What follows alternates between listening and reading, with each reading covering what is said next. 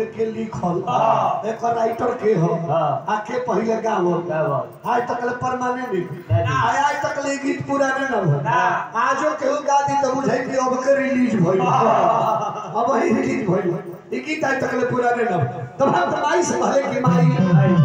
अतने ना देखी नवे के विशेषता बा है गीत में कि नवे को चुनरिया लेके आए अरे करी ले पूजनवा ए राम नवे कलसवा ए राम नवे कलसवा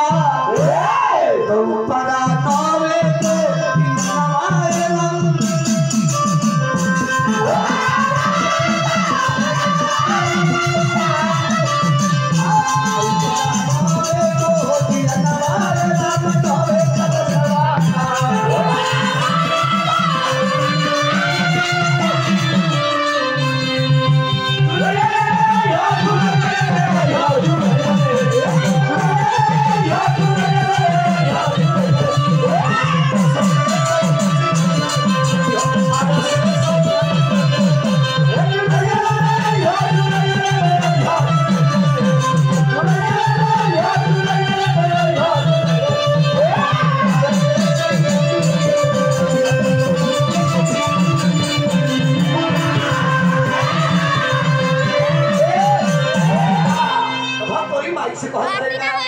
कि नवे बात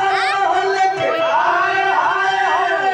आओ देविया सफदवा हे राम नवे चरणवा